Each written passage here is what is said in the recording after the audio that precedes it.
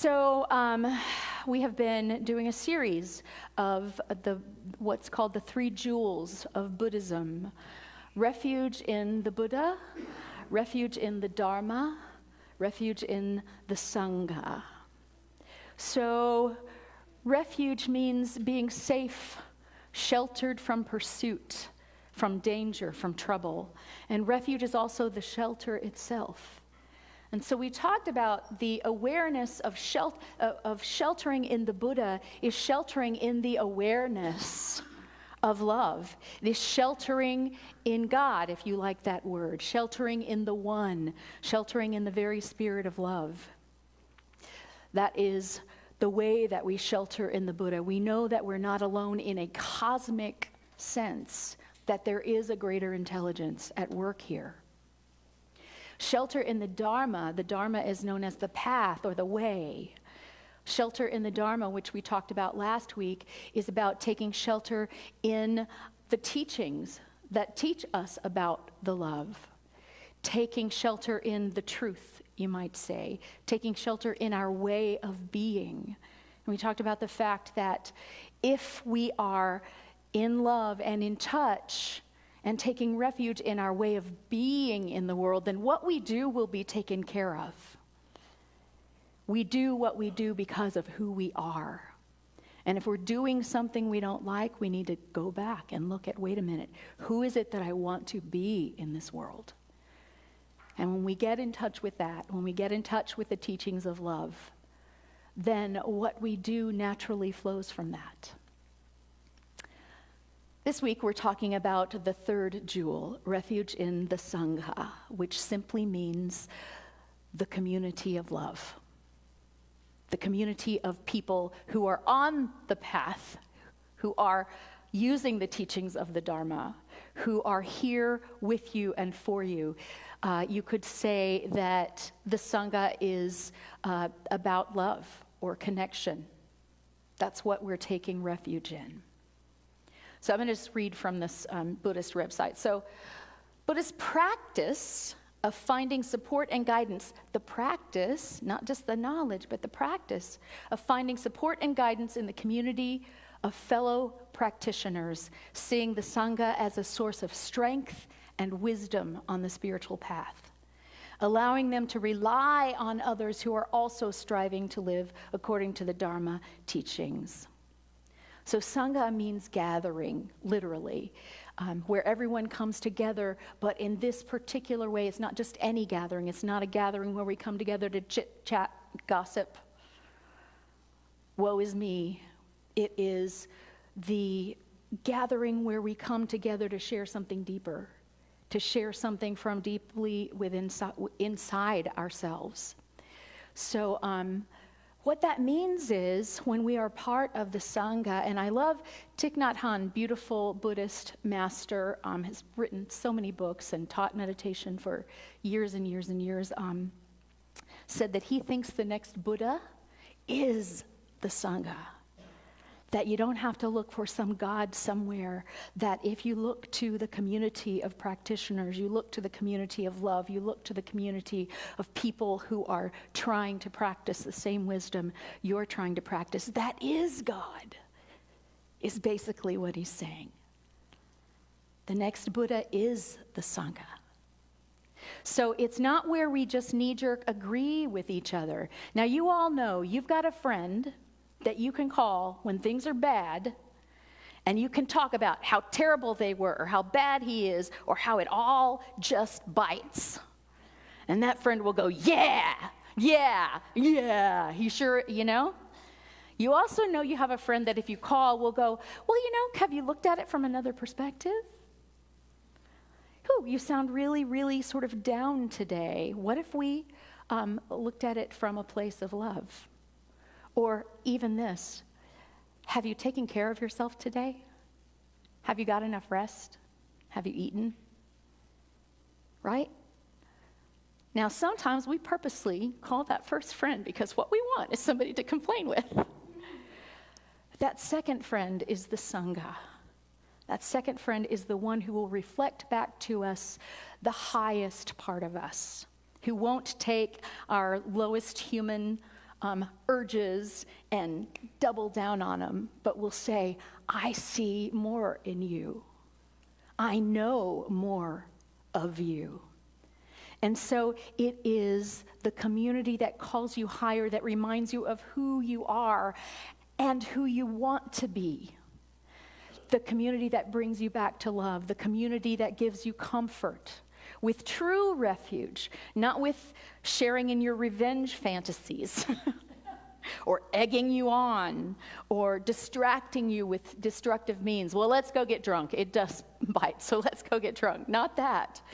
It's not that. Not somebody to go, yeah, buddy, but somebody to, not that there's anything wrong with any of those other things necessarily, but the Sangha is the community that you rely on to remind you of the truth of who you are, that you are a higher being with a higher calling. The Sangha will help provide perspective. The Sangha will truly listen, not just to your words, but to what you're saying underneath the words. The Sangha may withhold comment altogether and just allow you to speak your truth.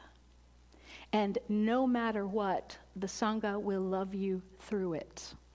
Not there to criticize you, but to call you higher in the sense of, when I'm in your presence, I'm going to see the very best of you. And when you're in my presence, I hope that you can see that too, because I'm just going to love you no matter what. Right?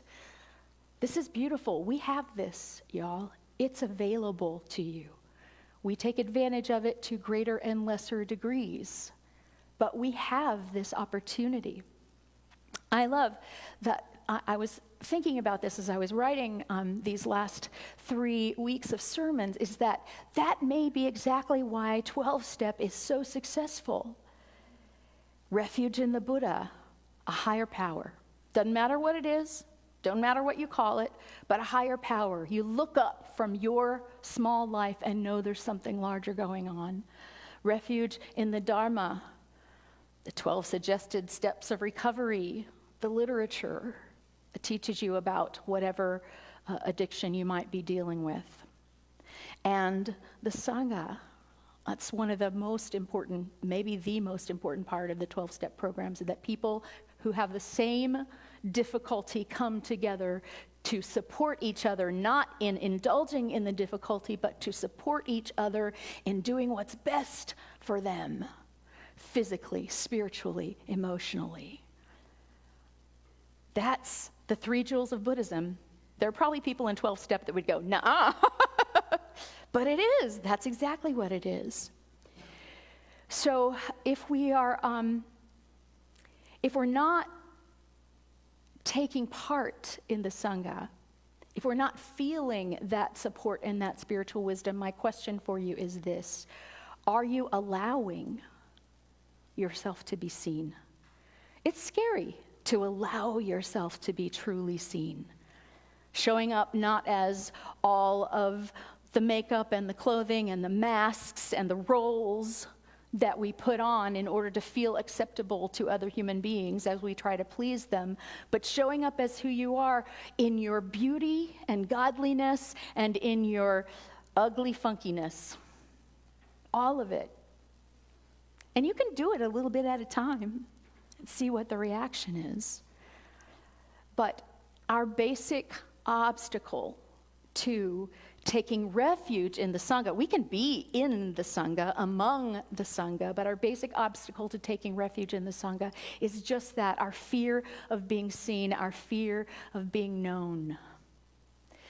Our unwillingness or our fear to face, accept, and trust ourselves. How are you going to trust anybody else with who you are if you haven't faced yourself who you are? Yeah, so you can take refuge in the Buddha and the Dharma to help you know more about who you are. But opening to that, then you get to begin to trust another. I love this quote from the poet E.E. Cummings. He says, "We do not believe in ourselves until someone reveals that deep inside us something is valuable, worth listening to, worthy of our trust, sacred to our touch." Once we believe in ourselves, we can risk curiosity, wonder, spontaneous delight, or any experience that reveals the human spirit. So kind of piggybacking on what Bell Hooks was saying, it's not all about, we'll just figure it out. Sometimes we really do need that help. Sometimes we cannot see ourselves clearly right away, but we can only see ourselves through somebody else's eyes clearly. We've got our bodyguard with us all the time, right? Keeping us safe, the walls that we've built. How are we going to let go of our bodyguard? Are we constantly prejudging ourselves and then deciding, okay, I like this much of me, so that's as much as I'm going to let you see? And you know, those of you who have been in any one-on-one relationships with people, is that it doesn't really work that well for you to be your best self when you're dating and then let it all hang out when you move in together.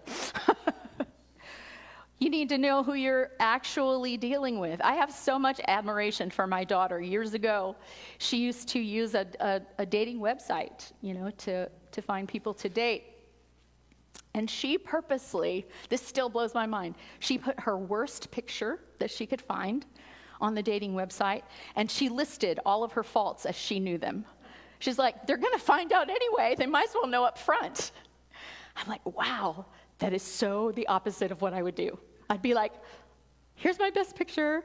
I look this way about 1 second per year. And here are all the good things about me, which I hope you'll like enough to put up with the other things that you're going to learn later. We do this. We're human. We do this. But what if we didn't? What if we didn't? There's a David Wilcox song, just a little short ditty that, if you'll indulge me.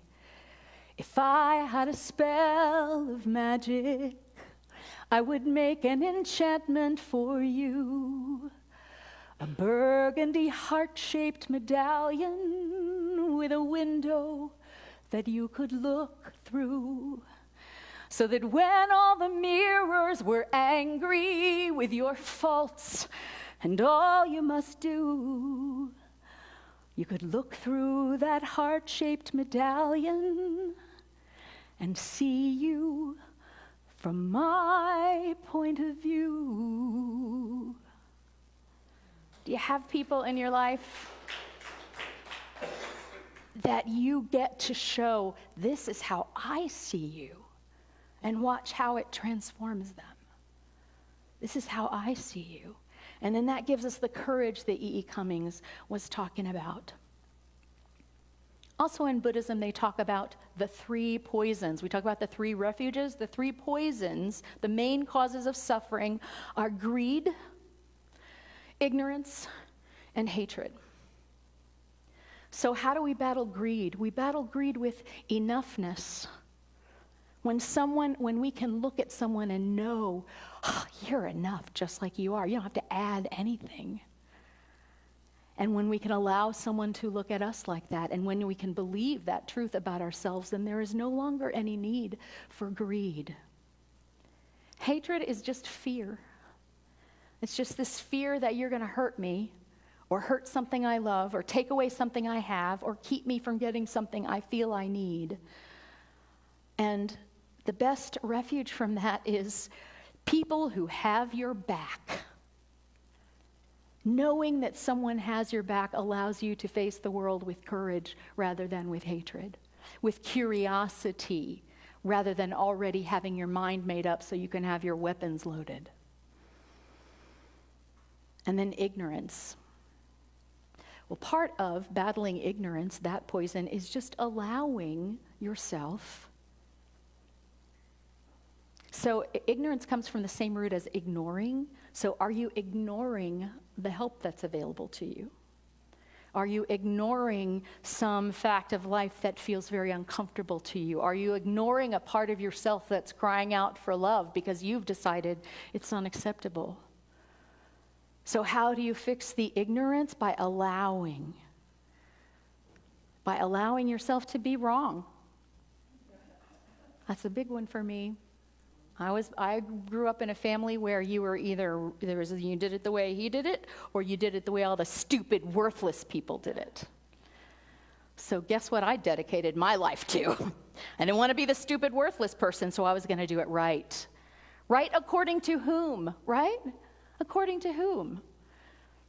Didn't ever want to be wrong. What if, are we willing to give away our peace in order to be right? Well, we see on the world stage, there are people who are more than ready to give up their peace and others' peace for that. So what happens when we do that is we blame, we project, we look outward. That's the opposite of the Sangha. Instead of that allowing, we go, it's their fault. I'm unhappy and it's his fault, it's her fault, it's their fault. I would be fine if it wasn't for them. And that's our armor. That keeps us, we think it's protection. We wall up, we close to new information, we push away, we hide. And you can't hide and push away and wall up from some things. If you got a wall, you got a wall, right? No selectively permeable membranes. You got a wall, you got a wall. If you want to take down your wall, you have to take down your wall. So how do we do that? By asking for help. By trusting another, by trusting ourselves, by allowing ourselves to be encouraged when someone is trying to encourage us. Encourage means from the root to give more heart to. Courage means the essence of the heart, courage. So to encourage somebody means to give more heart to them. To allow yourself to be lifted. Do you ever just not want to be lifted? I'm sorry, I'm in a bad mood. Don't try to make me feel good right now. I don't do that. We do. To allow ourselves to be lifted, to allow ourselves to be reminded. That's why we come together. That's why we say our mission and vision statement. To remind us, why we're here and who we are. And who we want to be. And what we see as possibility for the world, regardless of outer circumstance. We hold on to that vision of what's possible. That humanity can awaken. Humanity can awaken because so much of humanity is awakening and has awakened. And because of that awakening, the people who that scares the death out of are fighting back. This is the way I try to see the world right now, is that it's because we've made so much progress, it's because we're evolving at such a quick rate that those last dying embers of authoritarianism and I have to be right and me, not you, and greed are kicking up and making loud noises. But evolution never goes backward. It never ever did, and it never ever will. We're already on the way. I tell the Wednesday class all the time, there are too many cats that are already out of the bag. And if you ever tried to put a cat in a bag, you know, it's not going back in, especially if it's been in there. And so we encourage each other. We remind each other of who we are. We learn who we are as one, right? We want to believe in oneness. Oneness is a really hard concept. I'm one. I'm part of the one. I am one. It's just too much for our minds to get around, but we can get a glimpse of it in our togetherness. Together we are one. Together we are one, and that is refuge in the Sangha. We are a part of the whole. So the reason I am a part of this community, I hope the reason you are a part of this community is that you have a safe place to come and remember. To remember who you are. And when you forget, to allow yourself the gift of being seen through the eyes of another who loves you, even if they don't know you well. I don't know all of you well. I know some of you very well. I know some of you pretty well. I know some of you barely at all, and some of you are new faces to me. And yet, here's what I can say. I'm willing. I'm willing to see the truth of who you are. I'm willing to open myself in love. I'm willing to hold the best for you and for us. I'm willing to hold that truth. You give me the courage to do so, because I know you have my back as I have yours. And so when I forget the teachings of love, I can come here and be reminded. Thank you.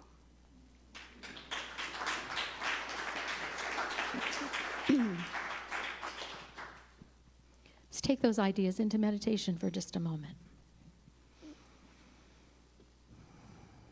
I'm going to invite you, if you're comfortable doing so, to just keep your eyes open during this meditation.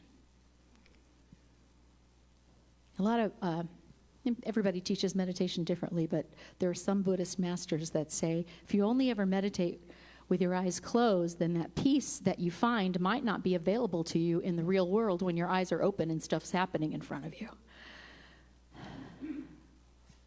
So for a moment, just allow yourself to know the truth of who you are. Whether you can believe it, whether you can see it, whether you can find evidence for it or not, can you simply hold the thought, I am love.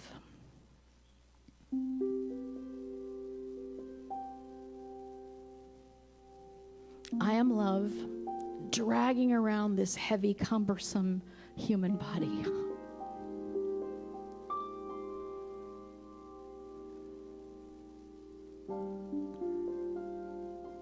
And my job here is not to jump out of this human body, but to, even within the confines of this tight space that brings with it a whole world of other humans doing all kinds of crazy stuff, am I willing to hold the truth that I am love, even if I don't know what that means? Am I willing to hold that truth?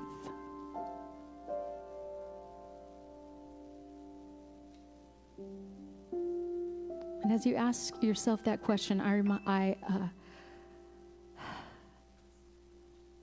ask you to just take a deep belly breath. Just let go. Let it hang out. Don't try to suck it in. Let it hang out. Allow yourself to relax into that. I am love. I am love. I don't even know exactly what that means, but I'm willing to own it.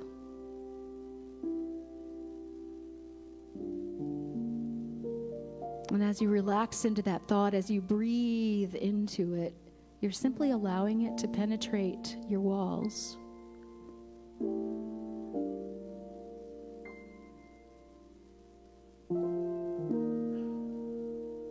And when you get practice with knowing this, or with at least trying to know it, at least holding it as a truth, then it becomes a little bit easier to look at another and say, you are love. And I know you're dragging around this cumbersome human body, and you live in this frightening human world. And you've been taught lots of different ways to defend yourself, many of which are about going on the offensive. I'll get you before you can get me. We see that played on the world stage, and yet, if we can hold the truth that we are love, even lightly, we are that much able to hold the truth when we look at another human being. And so are you. And so are you. You are love. That is your capacity. That is what you are born to be. And no matter what you're doing in your life right now, I'm willing to hold that that is the truth of you.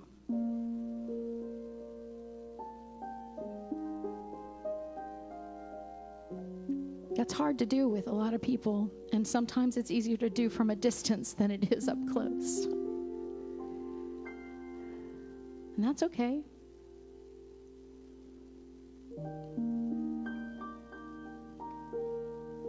But go a little further in. Take your mind off of all of the troubles and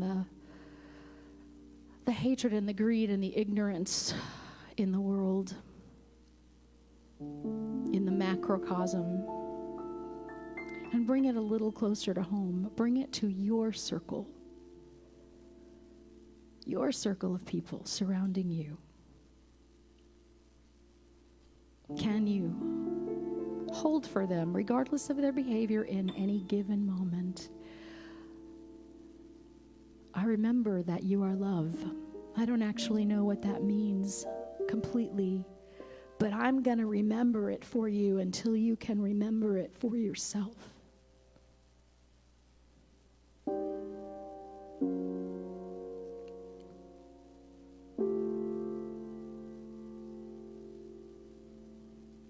And as I remember who I am, and as I remember who you are,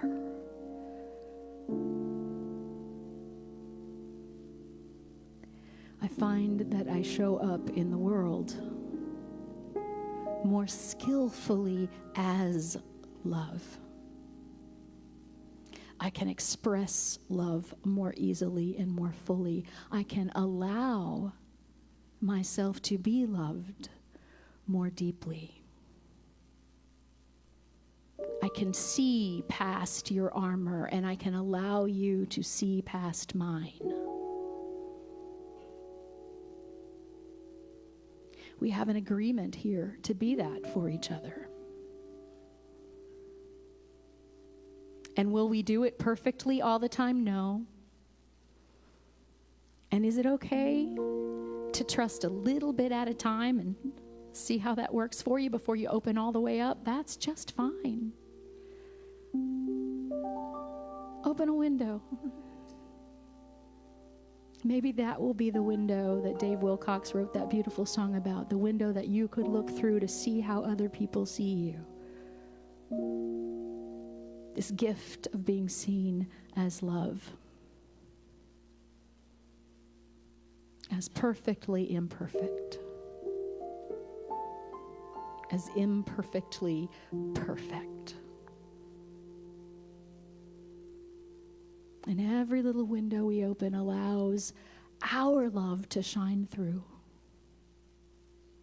and allows the love that is there for us in others to shine in.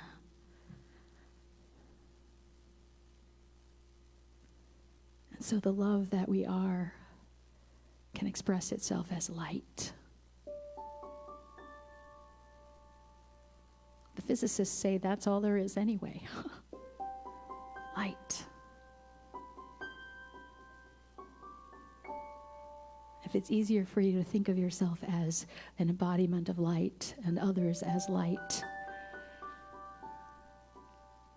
try that. Try whatever works.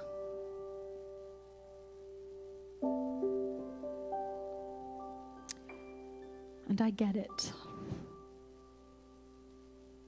that right now this world is pretty heartbreaking.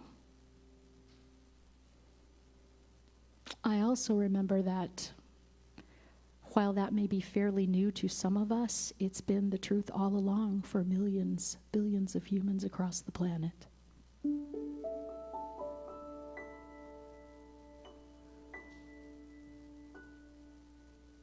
And so we don't lie down and die, and we don't let the reflection of hate reflect in us. We can give back light. We can give back love. We are the alchemists that turn the base metals of the world into gold.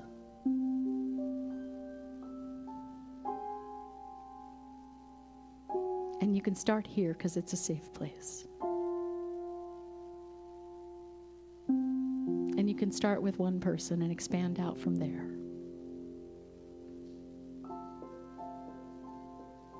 But I want to remind you, always take it, always take it back home.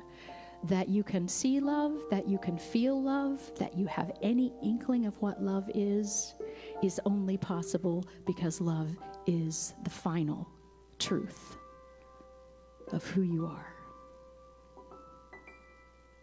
And if you can't see that, I'm going to hold it for you, and so are a lot of other people. And so it is. Can I get an amen?